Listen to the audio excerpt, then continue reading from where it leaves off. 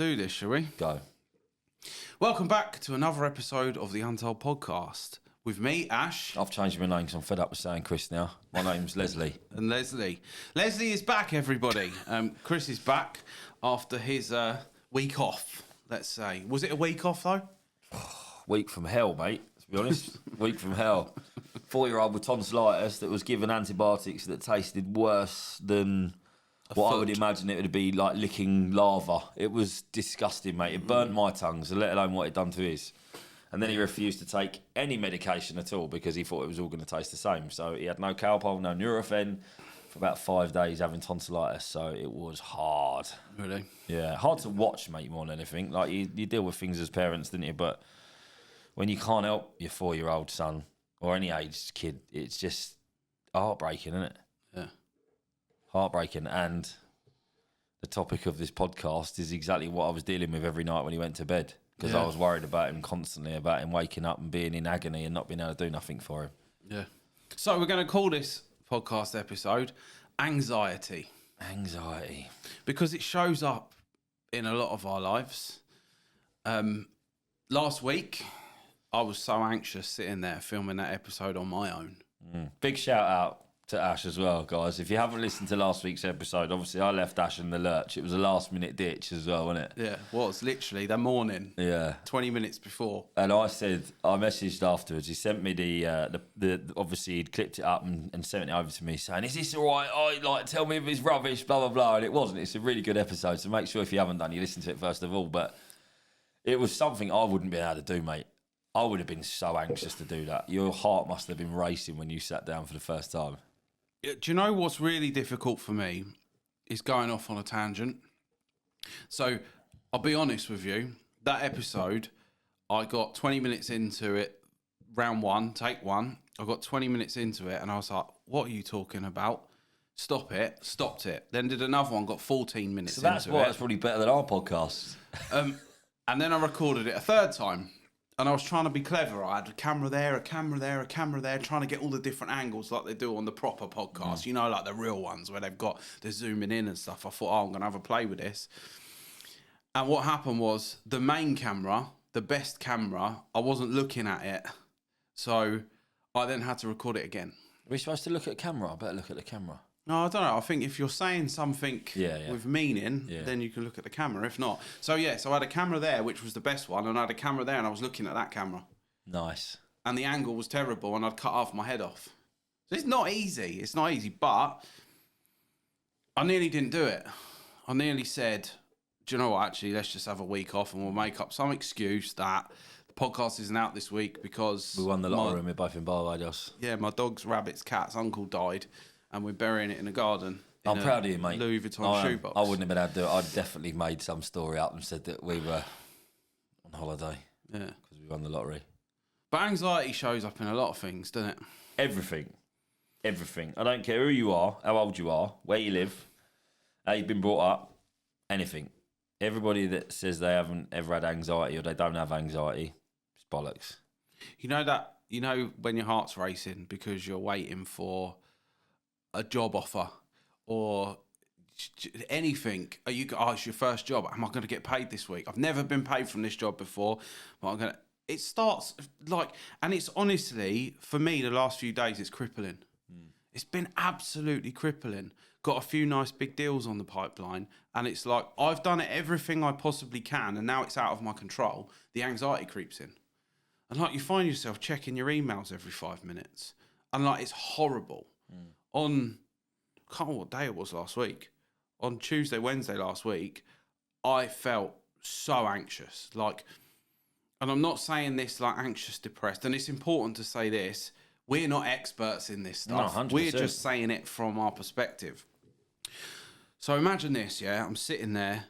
I feel out of control, completely out of control of the situation. And a lot of my anxiety always boils down to financial pressure. I'm sitting there and I've got a couple of these lovely big deals just sitting there. And I'm refreshing the inbox. And then I'm playing out worst case scenario in my head. Like I said in the episode last week, playing out worst case scenario in my head, just constantly oh my God. And I can't do anything else. So what I did is I got my therapist, good old ChatGPT, and I told it how I was feeling.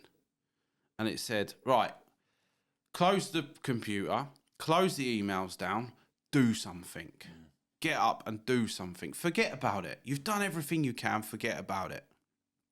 Forget about it. Forget about it. You can do it. So I wrote a newsletter for the company and recorded a 6-minute long video to embed into the newsletter. Edited the newsletter, did everything, edited the video, did a intro and an outro, made it all myself through Canva, and then posted it on LinkedIn for the world to see. Nice. And I felt incredible for doing it. Yeah. For just getting up and doing it. And it makes you forget about that feeling of anxiety, doesn't it? Yeah, it does. And it's, again, I think there's anxiety and imposter syndrome are a very similar thing. Yeah. That's what we spoke about the other week with me, wasn't it? 100%. Because it's the worry of, again, going into places where you've never been before and wondering whether people are going to accept you. And it can be anything, can't it? You know, like, I sat outside an MRI scanner where my missus was having an MRI and I wanted her to be all right and I was nervous that she wasn't going to be. It's anxiety. Yeah.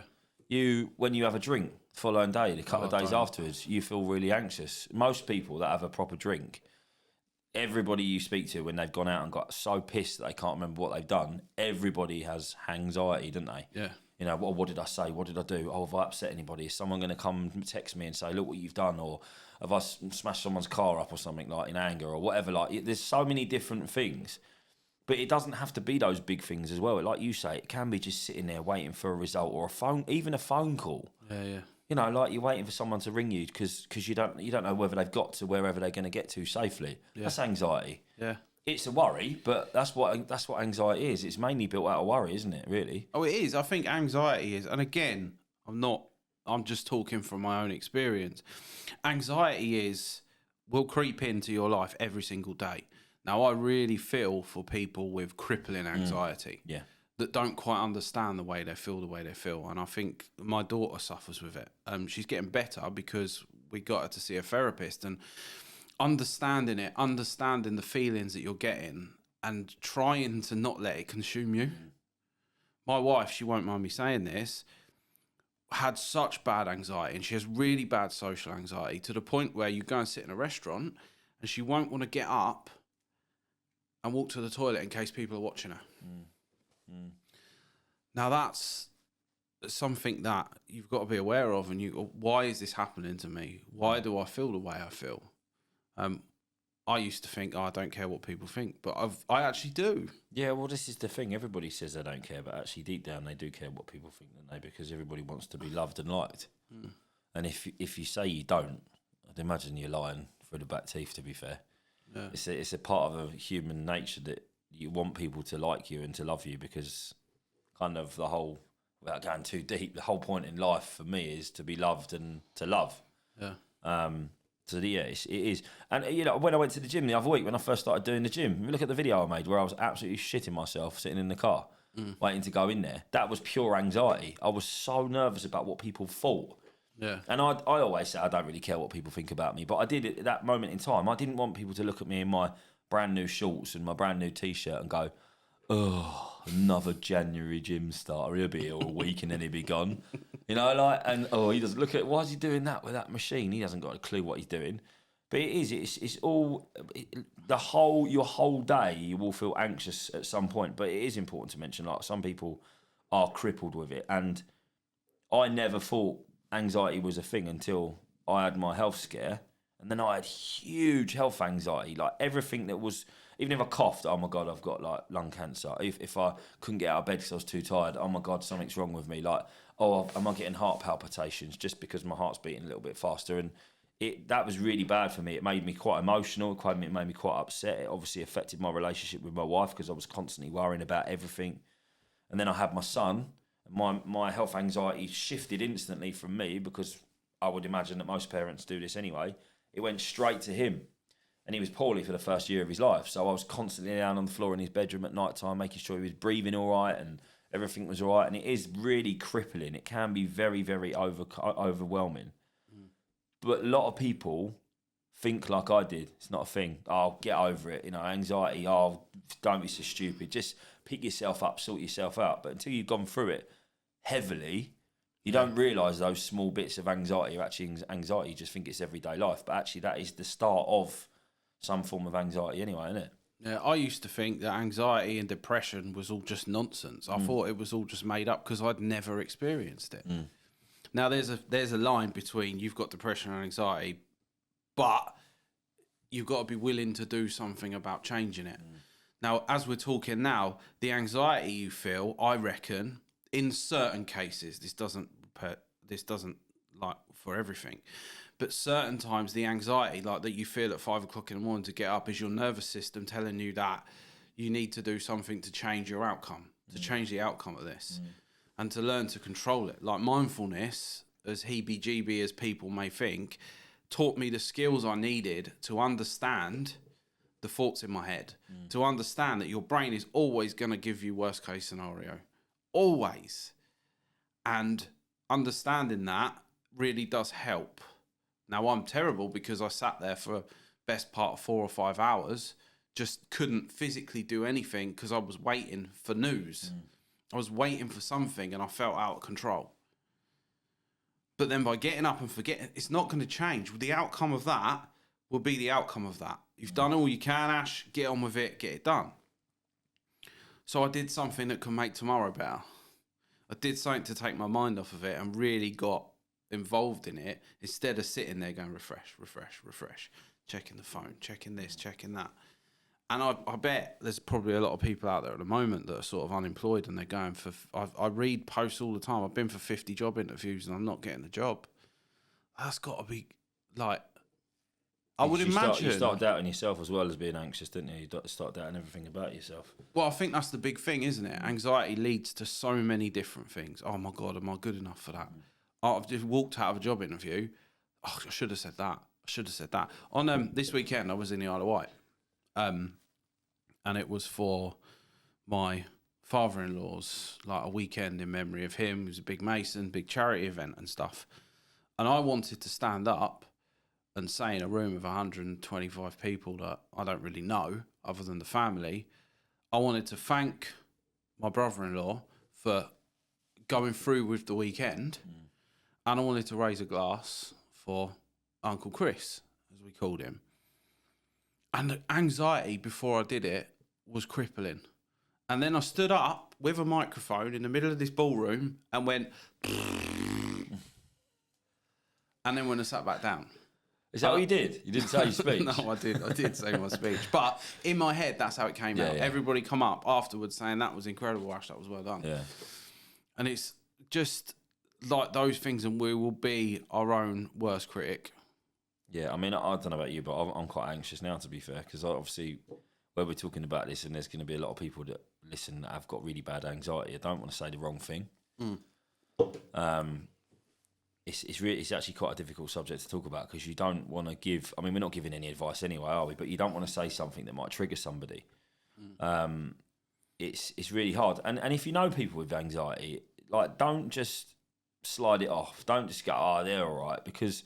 Actually, anxiety does lead to a lot of worse things if it's left untreated. But there are a lot of little things that you can do. Like, I used to be really anxious about going on a plane. I used to be petrified of flying. I am at the petrified moment. of flying. And I went on a British Airways fear of flying course, and it sorted me out a little bit. And then again, after a couple of flights, I was bad again. Just a simple thing. I used to put an elastic band around my wrist and ping it on my veins. And instantly, that is actually a known thing to calm anxiety because it can send a pain receptor or something around your body to your brain, and it makes you forget. So it's all about breaking that cycle, breaking the chain. So like you said, you know, you got up and you done a bit of work and you done your video and you edited all that sort of stuff, and it changed the way you were feeling. So why it's really important to, if you're sitting there crippled with anxiety, if you can get out of the house, just go for a walk. Say hello to someone in the street. Like, change the thought process in your head, because there are ways that you can not get rid of it, but certainly calm it for certain periods of time. And that's the most important thing, because if you can't break the cycle ever so slightly, it just allows itself to build up and build up and build up, doesn't it? Yeah, I think understanding these things and understanding how your brain works is really important. I think it can help you. It can help you why am I feeling like this? But especially like in kids these days. Why are you angry? Why are you sad? Why are you upset? Why do you feel these things that you feel? And then understanding that, okay, this is just a feeling. It's something that I've got now. Let it go. Try and move on from it. And I think if you're crippled with anxiety, don't think to yourself, again, exactly what you said. I'm anxious trying to say these things because if you're crippled with anxiety, it's a feeling. It's a time it will pass. Yeah. Do something small. You haven't got to be like, oh my God, I've not left the house for 6 months. I need to go to Fort Park. Just do something small each day to build it up and learn about it. Well, I'm going to go back on your life a little bit here. Obviously, I hope you don't mind me mentioning this, but obviously when your dad passed away, that consumed you.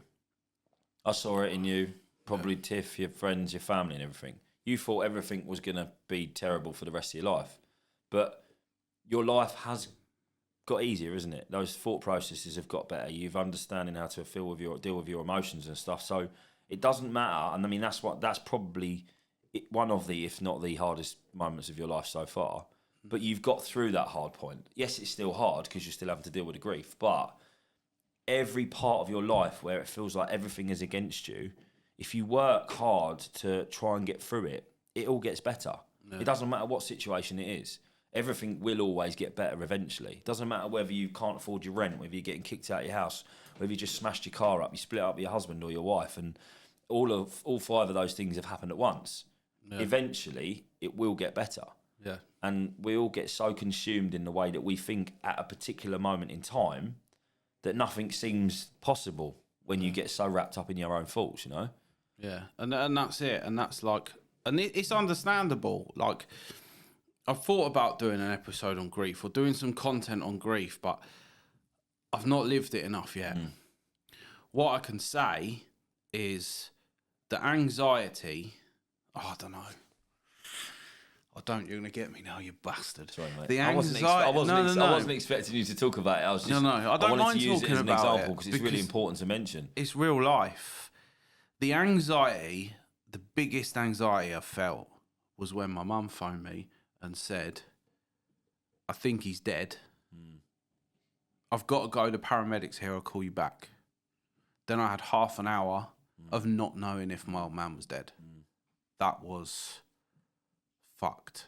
And then you went from that, and then you get the phone call. He's gone. They've tried. He's done that. And then you go from that to, shit, my mum's in Spain on her own. She's got no friends. She's got no one out there. And then you go from that to, how the fuck am I... Sorry, I'll stop swearing.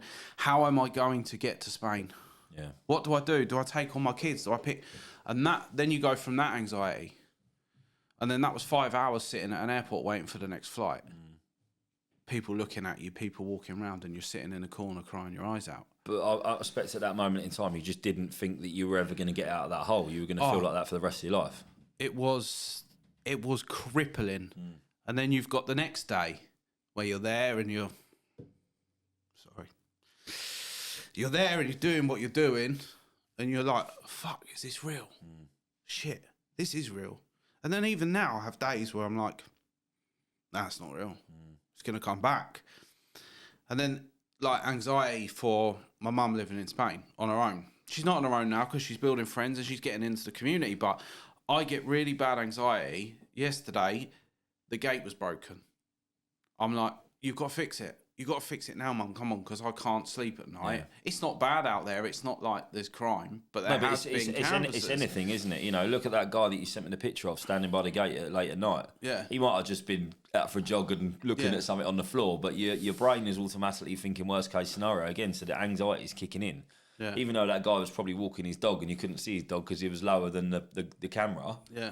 You're automatically thinking, shit, there's someone outside my mum's gate. She's all on her own, blah, blah, blah. Like, it just, everything just spirals, doesn't it? Yeah.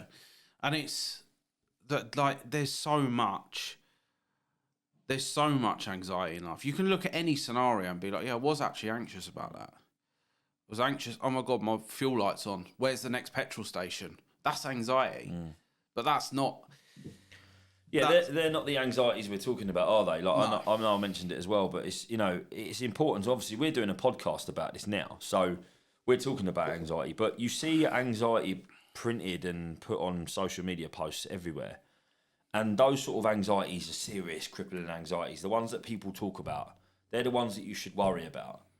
You know, if you're feeling nervous because you've got your driving test, or you're feeling worried that you're waiting for a call from the doctor, or you're some or whatever, somebody's trying to turn up somewhere and you want to make sure they're there or whatever, they are a form of anxiety. So you need to know that everybody suffers with it. That's kind of where I went at the start of it. yeah. To allow everyone to realise, actually, yeah, I do deal with anxiety. So if I think it's a load of bollocks, it's actually not. Yeah. So then those people can kind of not feel sorry for, because we don't want people feeling sorry for us, do we? But you can kind of give some empathy and sympathy to those people that are dealing with it massively, because that's one of the most important things. Those people need your help. Those people need your, like, I'm sitting here preaching this, but my wife deals with anxiety, and sometimes I'm not the best person to deal with it because I have my own anxieties. And when you're dealing with something yourself but trying to help other people, it's very difficult to be that in between person. Yeah. So it's just about realising that anxiety is there every day in everybody's lives, but it's much, much worse for some people. Imagine that feeling. Imagine that feeling of, I don't know, anything. Imagine that feeling of waiting for that or doing that. Imagine that times by 100. Like, there are people out there that have worse anxiety than I had that fucking They can't day. even leave their house, mate. Yeah. Can't even get out of bed some days because it's so bad. And imagine living with that. Yeah, no, it's not a life, is it? No. It's not a life. And I think the first step is to understanding it's a feeling, it's emotion, it's a thought. It should, I don't know, is it your nervous system? Do you know what I mean? Do you need to change something in your life? I don't. Exercise. I mean, I'm not an expert. I'm not an expert at all. And we say this all the time when we talk about anything serious, don't we? We're not giving out that advice. But exercise is good for everything. Yeah. It is. Like, I go up the gym and I leave the gym. I was in a foul mood yesterday when I got to the gym. I worked out so hard that I made myself sick. And actually, after I stopped feeling sick, I felt amazing because I'd gone up the gym and I'd got the endorphins and my body had almost taken over the feeling of what my brain was giving it. And then it overtook everything and I felt good, and I went to work the afternoon and I worked hard and got loads of stuff done.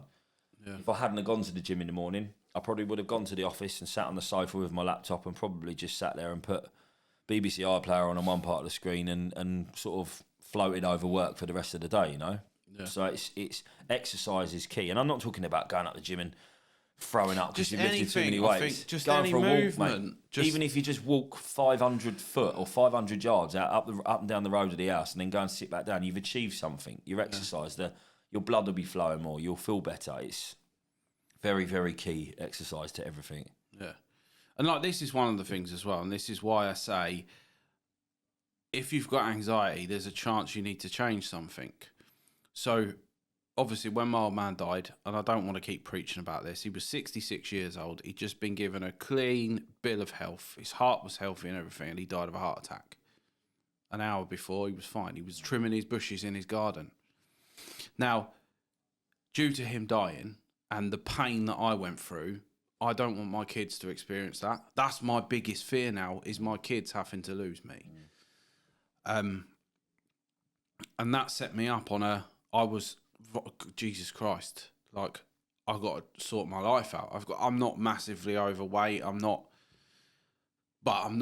in the prime position, like what James said. I think in some aspect, mate, I think that's why I've started the gym as well, because of what you went through as well, you know? And it's like, the anxiety of having that health anxiety. All right, great. I've got the health anxiety. What am I going to do with it? Okay, right. You're going to join the Vikings. You're going to get some movement. You're going to eat better. You're going to stop paying Deliveroo every day for dessert dinners because you can't be bothered. You're going to use the tools that you've got to change that and then remove the health anxiety. You're going to book a GP's appointment and tell them, I want a full set of bloods. I want to check my heart. I want to do this. And then you get the results back. No, yeah, you're fine. This is a bit high. This is a bit high. Do this over the next 6 months. You'll bring it down. You'll all be in range. Now, that was I wouldn't have done that if I hadn't had that health anxiety that I had, worrying that I was going to go before my time. Yeah. And I think that's where I say, if you've got anxiety about things, it could be that it's your body telling you, okay, right, sit back, look at this from an outside perspective. Those people aren't looking at you. And if those people are watching the podcast saying, oh, he's a knob, so what? So what? You can't let it stop you doing what you want to do in life. Yeah, absolutely, mate. Otherwise, you just won't get anywhere. Yeah. And it's do it. Do it. It's like when we started this season, it was sort of about making small changes in your life. And that's like understanding anxiety, understanding the way you feel and the way the brain works is really important. And that's something that I'm looking at. I've never even heard of what's a nervous system. What does it do? I've never heard of that before I did the mindfulness thing. I didn't know like that the brain was a muscle and you have to train it. And by doing these certain exercises and breath work and things, it's not just heebie-jeebie. It works. Yeah, it does. Yeah, it works. And it's like if you feel you need some help. I went to the doctors. Obviously, after my dad died and stuff, business was tough. Everything was tough. I went to the doctors and I had a chat with her about everything. And I said, look, I just feel this like crippling thing. I don't know what it is. And she said, look, I think it would be, you can try these tablets. And I was like, okay. And she read the side effects and stuff. And I said, look, do you know what? I understand it. Give me 6 months. I'm going to join the Vikings. I'm going to do this. I'm going to eat better. I'm going to be healthier. And I've been all right. Obviously, up days and down days. However, there are people that might really help. Yeah. So a bit of medical intervention, I used to say, and I hold my hands up to this, what do you need the tablets for? Oh, you don't need that. But it's a chemical imbalance. Yeah. And I think it's important that, yes, you might need to do that. Yeah. Go to the doctors, speak to someone. I know it's hard, but just the person who shouts the loudest gets the results. Yeah. And even if it's too hard to get a GP's appointment, take yourself off to the pharmacy and speak to them. Yeah.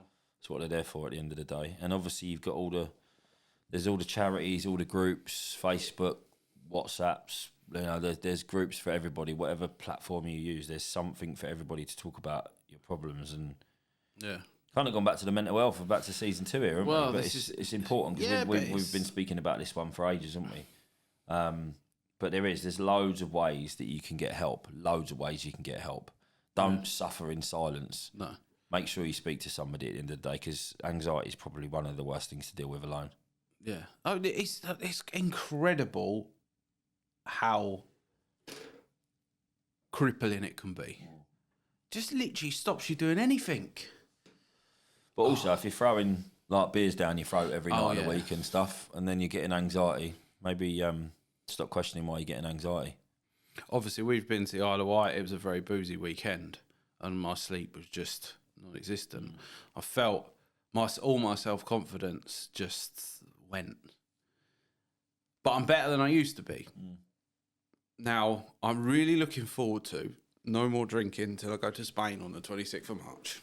I thought you were going to say 26th of February. I was like, it's today, isn't it? No, it's 2 days. Oh, is it? It's 2 days. But yeah, I think that's a good place to wrap it up. Yeah. That was mine and Chris's take on anxiety and how it makes you feel, why it makes you feel the way you feel.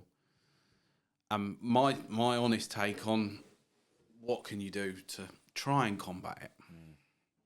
I hope I didn't trigger anyone. I hope I didn't upset anyone. I don't think we've not said anything there that we shouldn't have said, that we couldn't have said, or we wouldn't say normally, have we? So there's no intervention from us other than just make sure you speak to somebody if you're dealing with crippling anxiety. And if you're not, make sure you have sympathy for people that are.